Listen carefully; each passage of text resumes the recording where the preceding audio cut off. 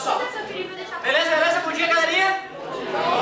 Bom, o negócio é o seguinte, tem algo muito legal para discutir com vocês.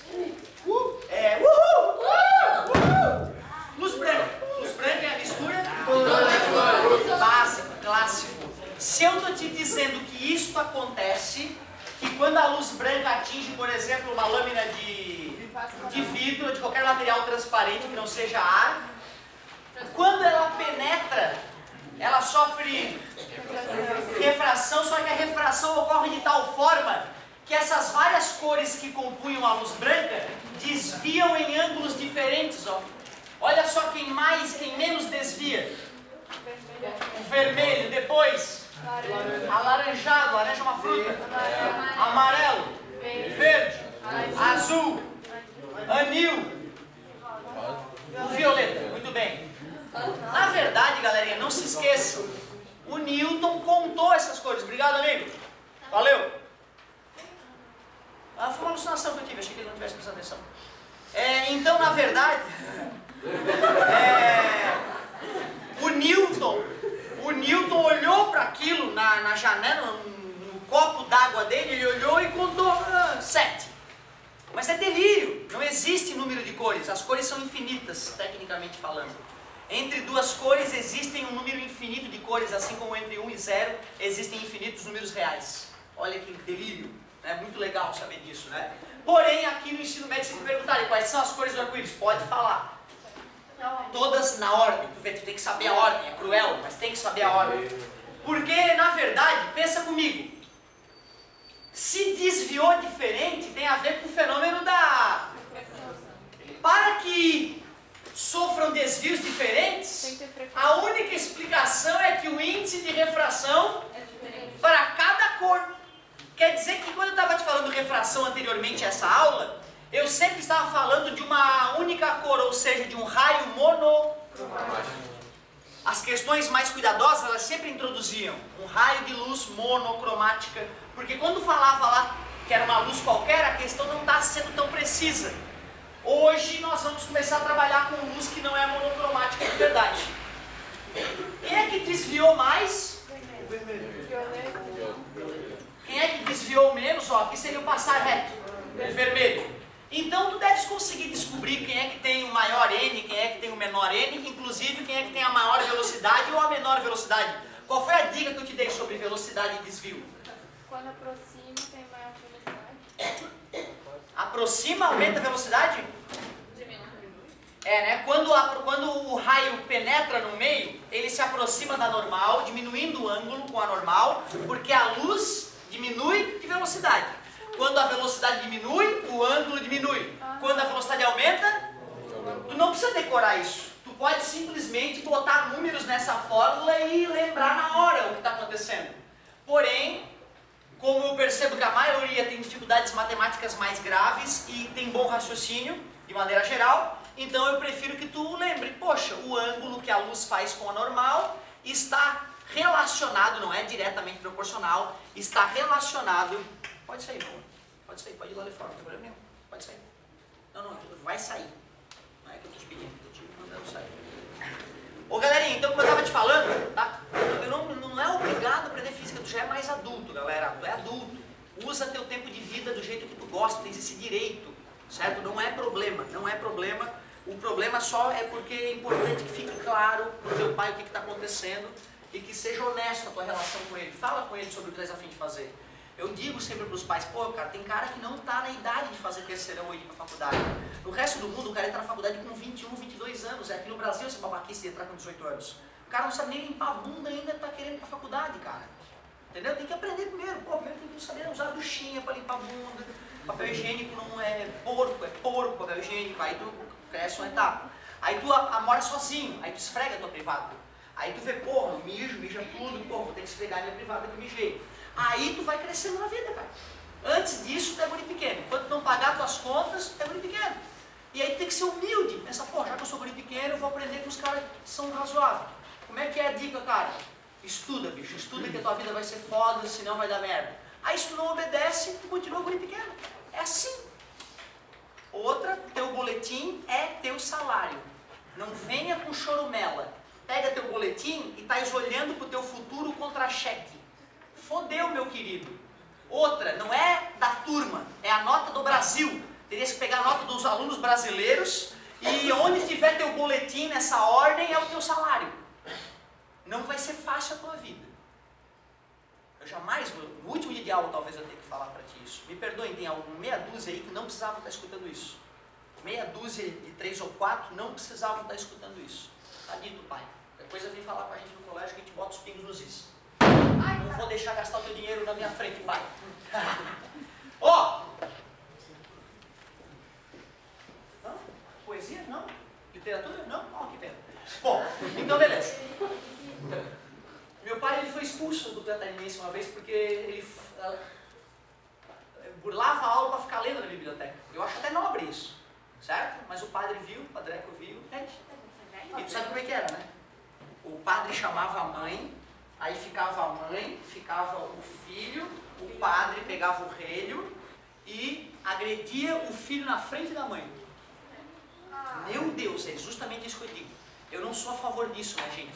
Eu só estou te contando isso para tu ver que reversão de valores nós sofremos. Antes o professor tinha o poder moral de dar umas palmadinhas no filho na frente dos pais. Era na mão, né? Não, com o relho. Depois os mais bonzinhos faziam com a mão. Mas no relho. Então olha, falando com o pai, já brigando com o pai e com o filho, batendo.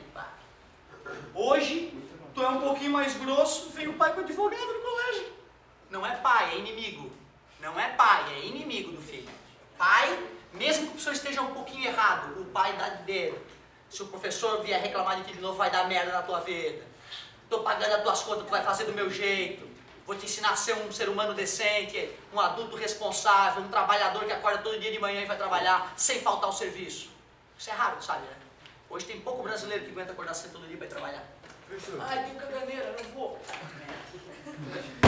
Deu caganeira esses dias. Deu caganeira. Salmonela é foda. Compensação, ontem eu dei uma aula e meia para 4 pessoas de apoio. Pai, quantos tem nessa turma? 70, pai. Um monte de gente não sabe nem dividir. Me apareceu 4 ninjas para tirar dúvida de matemática. Esse é o Brasil que está se escolhendo, pai. Você não pode generalizar, às vezes a gente não... Por isso que eu pedi perdão para meia dúzia de 3 ou 4. Por isso que eu pedi perdão para meia dúzia de 3 ou 4. Eu aí no teu lugar eu ficava puto também. Eu era foda, eu só tirava 10 e estava escutando os esporro de todo mundo. Foda, né? Reclama lá na coordenação, o professor Otávio vaza da tua vida rapidinho. Então, ó, te juro. Reclama lá, a maioria reclamou, amanhã eu não venho. Porque eu estou aqui por tesão de dar aula, para formar brasileiros decentes. Não estou aqui por causa dos R$1.000 que eu ganho para dar uma vez por semana aqui. Não é por causa desse dinheiro. Eu ganho muito mais na aula particular. A aula particular é 70 pau a hora. Numa manhã dessa, 4 vezes no mês, meu querido, boto muito mais dinheiro no bolso. E estou queimando meu filme aqui contigo na internet dando esporro. Tu acha que é legal isso? Podia estar gravando altas aulas para a internet e ganhar dinheiro. Estou aqui por amor à minha profissão, não é por causa do dinheiro. Não está gostando, pode reclamar. Vou dar minha aula, não quero escutar um pio.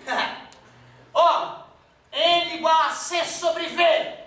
Se é o N do vermelho, adivinha, a velocidade do violeta. Vermelho, olha como tu é inteligente, como é óbvio. Quem é que desviou menos? O vermelho. Quem é que desviou mais? O violeta. E eu te falei que a velocidade acompanha o desvio. Quanto menor o ângulo, menor a velocidade. Olha o ângulo do violeta que está exagerado. Olha o ângulo do vermelho. Quem é que tem o maior ângulo? Quem é que tem a maior velocidade? O vermelho, porque o ângulo acompanha a velocidade. Dica essa que eu te dei já muitas aulas. Quer dizer que a velocidade do vermelho maior do que o do violeta. Que é maior que a velocidade do violeta, porém é maior do laranja. Beleza? Tu viu como é simples tu detectar qual é a velocidade maior e menor? Outra, isso acontece na tua vida todo dia, no teu banheiro. No meu banheiro, quando eu falei no meu banheiro, um animal da outra turma me solta. O senhor chutando um barro. Tu acredita? Hein, pai? Show de bola, hein, pai? Que educação, hein? O cara contando uma coisa que acontece na janela do meu banheiro. O senhor chutando um barro. Foda, foda. Então, olha só, eu me divirto. Ó, o negócio é o seguinte. Então, eu tô lá no meu banheiro. Aí, eu vejo que na janela vem a luz solar, bate na janela. Aí, ó. E eu vejo, não é um arco-íris, eu até brinquei com a galera, eu nunca tinha falado uma bobagem tão grande. É um linha-íris. É um arco-íris retinho na parede. Tu olha ele de perto, tu vê que tem realmente as coresinhas todas ali. O Newton fez a experiência em maior escala e conseguiu contar e até dar nome para as cores. Porém, isso eu vejo todo santo dia, num copo d'água. Tem água, passa luz solar, se tu olhar do outro lado, em algum lugar vai ter uma marquinha colorida. Essa marquinha colorida é a dispersão. Por que ocorre a dispersão da luz? Porque cada cor de luz tem a sua, e como cada uma tem a sua velocidade, cada um sofre o seu desvio. Mas não te esquece, hein? Quanto maior a velocidade, maior o ângulo, menor o N. Logo, o N do vermelho é menor que o N do alaranjado, que é menor que o N do violeta. N animal, N do violeta. Tu vê, cara, só de olhar a figura e uma gota de raciocínio das aulas anteriores sobre refração, tu chega a uma conclusão extremamente importante e cobrada no vestibular. Agora, eu não quero que tu te preocupe, meu Deus, vou anotar isso e vou decorar. Não! Tens que olhar para a tua janela, perceber isso acontecer e, lembrando desta imagem da tua vida, tirar as conclusões. Seria muito mais legal. E aí, vitalício, duraria para sempre esse raciocínio. Se dissessem, dá para ver eles separados porque cada um tem uma frequência diferente. Tá pois certo? então, como nós não estudamos ainda a onda do ponto de vista eletromagnético, eu ainda não falaria isso. Mas já que em aulas anteriores nós falamos de todo o espectro eletromagnético, que começa com as ondas de rádio, aí depois vem as micro, aí vem o infravermelho, vermelho, alaranjado, amarelo, verde, azul, anil, violeta, ou seja, a luz. Aí vem o ultravioleta, raio-x, raios gama, as 7 radiações eletromagnéticas. Na verdade, é como se cada um fosse um tipo de cor, só que o nosso olho só enxerga a luz. E o nosso olho diferencia a frequência dessa luz pela cor. Então o que tu falou é verdade. Cada frequência luminosa tem uma velocidade diferente em meios transparentes. E aumentando a frequência, a velocidade até diminui. Para a faixa da luz. Para a faixa da luz. Muito bom, então é verdade. É verdade. Isso depois a gente vai voltar a bater nessa tecla. Mas tu vê, o que eu queria conversar contigo não é nem sobre isso, que isso é bobo, isso é simples de obter. O mais difícil de digerir, e aí eu volto a falar da melhor aula de física que eu assisti na minha vida, considerada uma das melhores faculdades de ciências do mundo, que é o MIT. Eu recomendo que no YouTube, se depois tu tiver interesse de aprofundar mais na nossa discussão, tu assista essa aula que tem legendinha, e é uma aula mágica. É um cara lá, né, que sei lá, já está com os desenhos todos preparados, desenhos lindos com os ângulos verdadeiros. Eu vou fazer um exemplo bobinho aqui para ti, ó. Ó uma gota d'água caindo. O aluno, eu falei, né, dei essa aulinha agora ali no 3A, na hora da saída. E aí eu falei, galera, quando a gota está caindo, a resistência do ar causa um rabinho ali na gotinha, certo? Tem o Zé Gotinha, eu acho, né? Talvez seja o exemplo mais clássico de gota, só que o Zé Gotinha é uma gota meio torta ali, né? Porque, na verdade, essa parte da gota, ela é perfeitamente esférica, aquela parte de baixo ali, devido à gravidade. Ela é perfeitamente esférica. Aí, na hora que eu estava saindo da aula, um menino ainda falou, professor, eu vi um programa esses dias que falava que a gota era totalmente redonda, que não tinha aquela parte ali de baixo, aquela parte de cima, aquele rabinho. Aí eu falei para ele, não faz sentido, porque a resistência do ar tem que deformar a gota enquanto ela cai em alta velocidade. Aí ele, não, mas é porque caía de baixa altura. Aí eu falei, não, poxa, a gota que cai da torneira é redonda. A gota que está caindo da torneira até a pia, com uma distância pequena, o ar não vai bater com força na gota. Ela é redondinha, certo? A da chuva, ela já fica um pouquinho deformada. Mas eu não me preocupo com isso, porque eu quero analisar o que acontece com a luz passando por essa parte aqui, ó. Então, mesmo que essa parte aqui não seja esférica, a parte de baixo sendo, tudo que eu vou te falar vai funcionar. Primeira coisa, não se esqueçam, estou vendo um arco-íris lá, tem que ter água caindo naquela parte. E o sol tem que estar atrás. E o sol tem que estar atrás. Se tu um dia vê um arco-íris que não obedecer a esta regra básica, fotografa, porque vai dar Nobel. Vai revolucionar a física do mundo. Então não te esquece. Arco-íris, tá chovendo. Ah, mas aqui tem sol. Não me interessa, lá tá caindo água. Gotículas, redondinhas. Tem que ser redondo, senão não vai funcionar. O sol tem que ser assim. Sempre assim. Como pode, cara, se o sol tá ali, né? Como pode olhar para lá e ver uma coisa colorida no céu, caramba? Da onde vem aquela luz? Essa luz, na verdade, veio do sol. Ao penetrar na gota, aproxima-se da normal, porque a velocidade diminui. Esses ângulos que eu estou usando não são os ângulos corretos. O raio teria que chegar bem mais por cima e bem pelo cantinho da gota para ser correto. Chega num ângulo tão grande aqui que sofre reflexão total. Por isso eu vou ter que melhorar, porque tá vendo? Esse raio chegou quase pela normal, ó. Esse raio vai sair para lá, ó. Mas espera aí. Outro raio, esse aqui é luz branca. Já não vai ocorrer a dispersão aqui? Aqui a luz já está dispersa, não vai dispersar mais ainda? Vai, né? Então eu pergunto, como é que eu não vejo um arco-íris assim? Claro, a luz do sol é muito mais poderosa que essa pouca luz que dispersou nas gotas. Aí eu jamais vou poder ver um arco-íris olhando para o sol, porque a luz do sol ofuscará, mesmo que o arco-íris existisse. Tu vê que interessante, né? Tem fenômeno que uma vez tinha o sol e tinha um arco-íris ao redor dele. Pois então. Pois é, primeiro, né? Eu quando estou andando de jet ski, passa aquele spray de água, e quando o sol está na posição certa, fica mágico. É quase como se fosse um círculo íris. O arco-íris é tão completo que ele se fecha na cortina de água. Quer dizer que se eu tenho água espalhada em algum lugar, certo? A luz, quando for passar por essa água, vai dispersar. Então, por exemplo, num ambiente de atmosfera extremamente úmido, num ângulo adequado, pode ser que por quase a totalidade da luz que atinge o teu olho vindo do sol está passando por essas gotículas de água, tu pode ver, né, parte das cores do arco-íris ao redor do sol. A lua, às vezes acontece isso, já viram que tem uma auréola às vezes em volta da lua? Isso é um fenômeno atmosférico.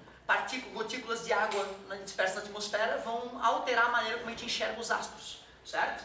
Tem até algumas dicas, minha mãe sabe umas dessas, quando tem círculo perto da lua, no outro dia, tem essas regrinhas clássicas, né? Que às vezes faz sentido. Às vezes faz sentido. Essa reflexão ocorre em cada gota de água, né? Então por que o arco-íris tem esse formato assim? Muito bom. O negócio é o seguinte, ó. Aqui está a gota caindo. Vamos pausar essa gota. O sol está lá. Tu concorda que está vindo, na verdade, luz para tudo que é lado, né? Parte da luz que atinge a parte superior da gota vai passar reto, que nem esse raio. Parte da luz que atinge a gota embaixo vai refratar, mas vai passar reto. Mas alguns desses raios de luz que atingem a gota vão refratar, vamos fazer o ângulo mais adequado. Vão sofrer uma primeira refração, vou botar aqui mais em cima. Refratou ao penetrar na gota, aproximou da normal, chegou com um ângulo de incidência bem grande, sofre reflexão total dentro da gota, certo? E depois sofre outra refração ao sair da gota, afastando-se da normal. Só tem um detalhe, ela volta, só tem um detalhe. Cada gota, isso acontece em 3D, eu estou desenhando no plano. A gota ela é esférica, quer dizer que tem parte do raio que sai pela lateral. E outra, como cada cor de luz sofre o seu desvio, o vermelho vai sair com um ângulo de 43 graus. O alaranjado com um ângulo um pouquinho diferente. O amarelo com um ângulo um pouquinho diferente. Então cada gota está despejando luz para todos os lados. Quer dizer que quando eu olho para aquelas gotas caindo, a luz que atinge o meu olho está saindo de gotas diferentes. Certo? E só as gotas que estão alinhadas num arco é que vão fazer os mesmos 43 graus com a chegada do sol. Então, apesar de as gotas estarem caindo, eu só está chegando no meu olho a gota que bate a luz que bate nas gotas que estão na altura certa para a minha posição. Quando eu dou um passo para frente, as gotas que estão enviando luz colorida para o meu olho já são outras. Por isso que duas pessoas em posições diferentes veem arco-íris diferentes. Por isso que tu jamais chegará nele. Porque quando tu chegar nele, ele vai mudar de posição. Tu vê que interessante, né? Agora tu vê, eu estou usando um pouco da intuição de vocês para dar esse 3D. O cara do MIT, ele faz geometricamente isso acontecer. É foda a aula do cara. Eu tive que assistir umas 3 vezes e eu achei mágico. Até hoje eu fico me jurando um dia, quando eu for um doutor em física, eu vou ter essa aula na mente. Para chegar um dia, vocês querem entender arco-íris? E bum, só que tem que ser curso superior, né? Porque realmente a aula é foda, só tem nerdzinho assistindo a aula. Às vezes a câmera passa, né? Imagina, MIT só tem aqueles caras de oclão lá, um cara meio de doido, assim, olhando pro outro. E eu, quando eu assisti essa aula, já dava aula há uns 5, 6 anos de física. E eu pensei, né?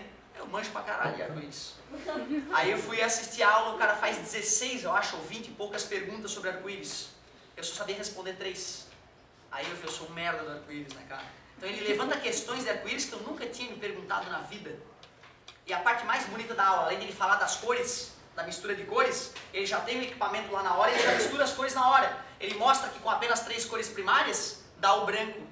Né? E ele gira os botõezinhos das cores, vai fazendo um monte de cor maluca lá, já na projeção na hora, na frente da galera. Mas pra mim a mais acachapante foi que ele pega um disco branco, pintado com faixas pretas da seguinte maneira. E bota esta porcaria pra girar na frente da galera. Tem um motorzinho e tem um frequencímetro aqui. Ele diz quantas rotações por minuto essa porcaria gira. Aí ele, o que vocês acham que vai acontecer? Ninguém esperava nada, né? Ele bota pra girar, fica aquela porcaria girando, nada acontece. Aí ele assim, agora eu vou selecionar uma frequência específica aqui. Quando ele seleciona a porcaria da frequência específica, a gente começa a ver as cores do arco-íris aqui, de fora pra dentro. Tem só preto e branco ali, não tem mais nada. A gente começa a ver as cores do arco-íris.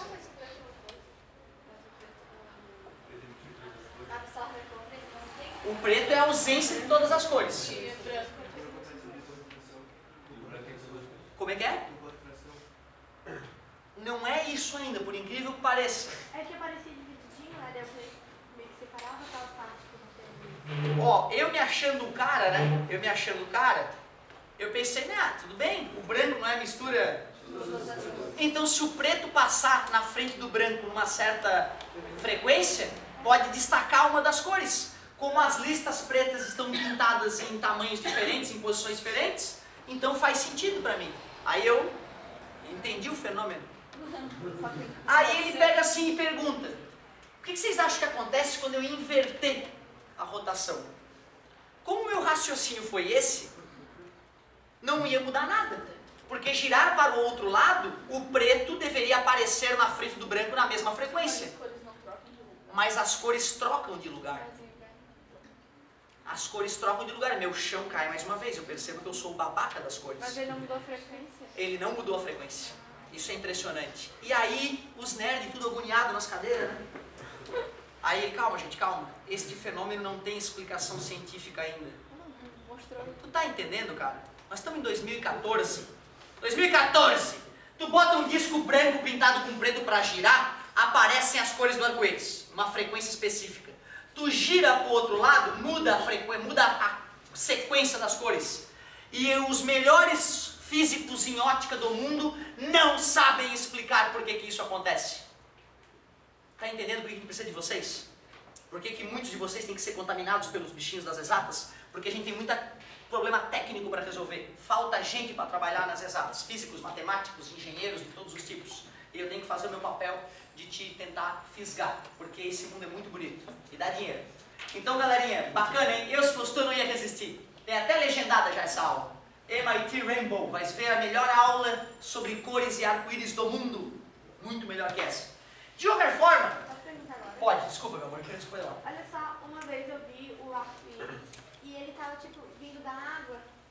Absolutamente perfeito. É normal? Absolutamente. A única coisa é que estava caindo, tinha água, né? O sol estava num ângulo adequado, certo? Para ele poder estar bem baixo, porque assim, galerinha, ó, o sol está vindo daqui, né? Esse ângulo de chegada do sol, o vermelho vai ter que vir com 43 graus, sempre o mesmo ângulo. Então basta que para o arco-íris vir bem de baixo, que o sol estivesse bem em cima e que a água estivesse, né, caindo naquela região, sem problema nenhum. Outra, às vezes acontece em 2 arco-íris. É isso que eu tenho. Tá lá ele explica o segundo arco-íris, inclusive mostra o ângulo com que ele chega e tudo mais. Ele tem um ângulo certo, como é que vai ter 2? Pois é, na verdade é o seguinte, ó. Tem duas situações, tem dois ângulos de entrada onde pode ocorrer reflexão total. Um num ponto e outro em outro ponto mais embaixo.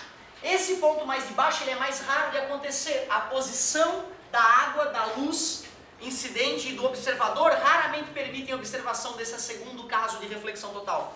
Ele bota os números, inclusive, ele pega o índice de refração da água, ele faz as contas na hora e vai confirmando, já que ele está trabalhando com futuros engenheiros lá, né? O que eu preciso que tu saiba? O que é necessário para a ocorrência de arco-íris?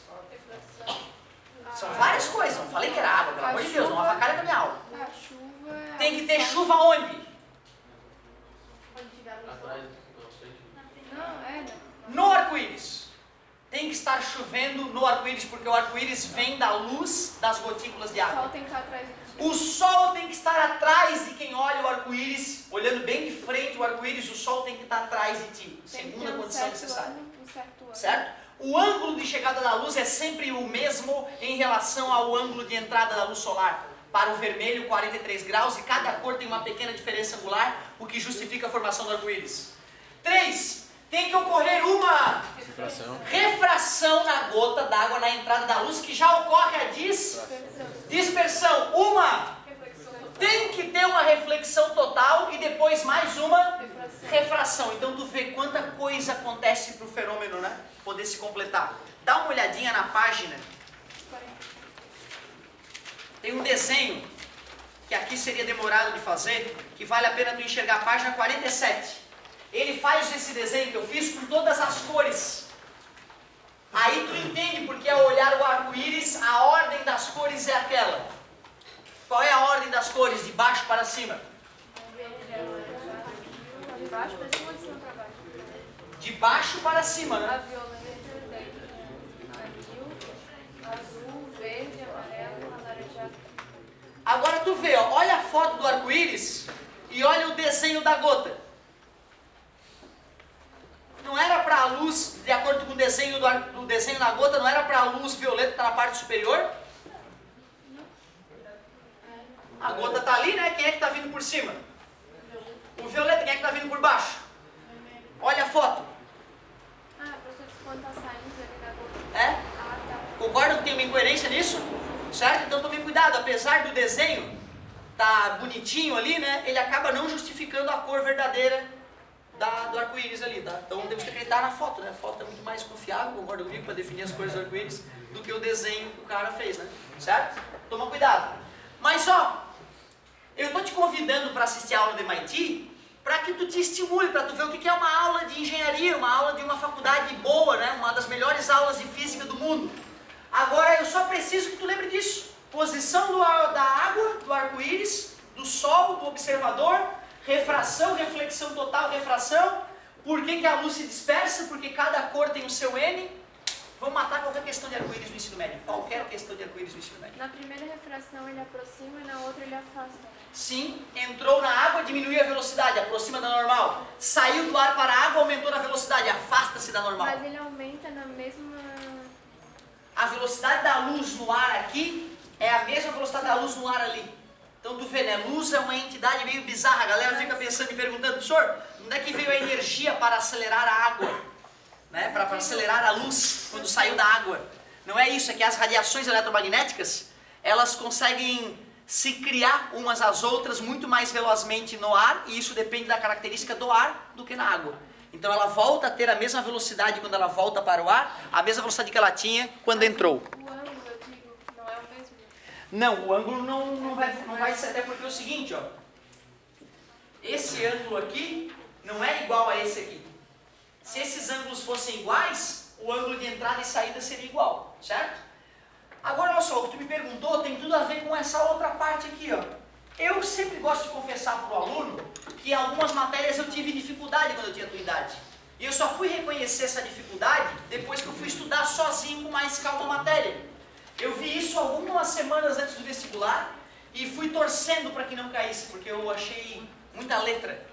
Acompanha comigo, meu querido. Isso aqui é chamado de ângulo de abertura ou ângulo de refringência.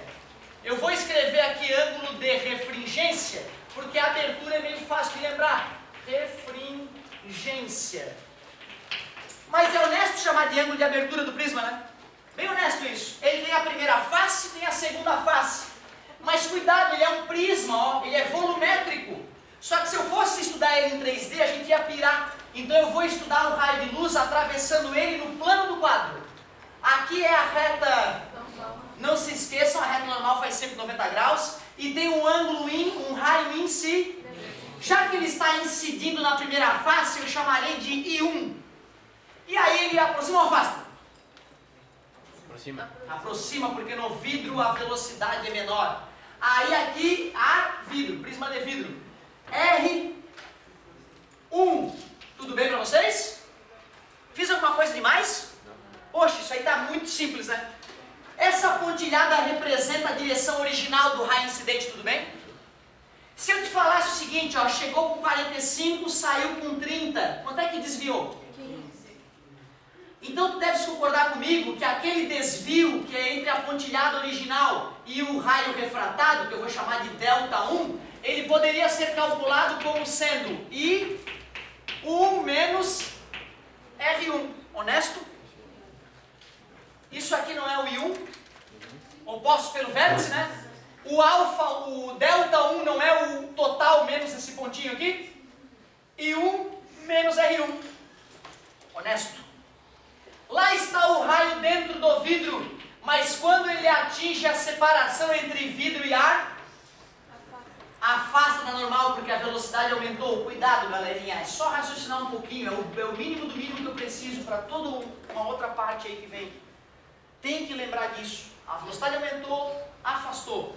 Eu sei que isso aqui é um ângulo de incidência. Eu sei que isso aqui é um ângulo de porém, por elegância matemática das equações que surgirão, eu chamarei de R2 e de I2. Cuidado, ele continua sendo um ângulo de incidência. Continua sendo um ângulo de... Eu também fiz essa cara, eu também fiquei puto. Eu pensei comigo, babaca. Eu pensei na hora, babacas. Mas eu sempre estava errado. Eu sempre errei na minha vida. Como eu errei? Certo? Já vai perdoar o amigo que fez isso. Peraí. Essa aqui é a direção do raio que emerge do prisma. Que ângulo é esse aqui, ó? É o I2. Isso aqui então é o desvio do raio na segunda face. Vou chamar de delta. O delta minúsculo é assim, tá? Parece um espermatozoidezinho. O maiúsculo é assim, ó. Certo? Beleza? Letra grega, né? Bonitinho. Delta 2. Fala, como é que eu escrevo quem é o delta 2? I2. Primeiro motivo pelo qual a mudança de I para R é bonito. Porque se eu não tivesse feito a mudança, essa segunda equação aqui seria R2 menos I2. Até aqui eu fiz alguma coisa demais? Pô, cara, eu fiz um triângulo no quadro. Fiz um raio refratando e aproximando a normal. Um raio refratando e afastando a normal. Chamei o desvio na primeira face de I menos R. O desvio na segunda face de I menos R. Uma subtraçãozinha. Eu não fiz nada demais. Mas e se eu quiser medir o desvio total? Faz sentido, né? Se desviou 15 graus na primeira face, 30 graus na segunda face, o desvio total, lógico, eu tenho certeza que ninguém reclamaria se eu falasse que o desvio total é a soma dos desvios na primeira e na segunda face. Tu concorda que o desvio pode ser representado por esse ângulo entre o raio incidente e o raio emergente ao prisma? Só que se alguém te pedir, né, prove matematicamente que o desvio total é a soma dos desvios. A soma dos ângulos internos... Opa, isso aqui não é o desvio. É isso aqui o desvio. Concordas? Esse era o raio na chegada, concordas? Esse é o raio na saída, né? Então eu tenho que medir o ângulo entre o raio na chegada e o raio na saída para ver o desvio. Esse ângulo aqui de dentro, na verdade, ele é o suplemento de delta. Como é que eu escrevo o suplemento de um ângulo? 180 menos delta. E já que a soma dos ângulos internos de qualquer triângulo é 180, delta 1 mais delta 2 mais 180 menos delta é igual a 180.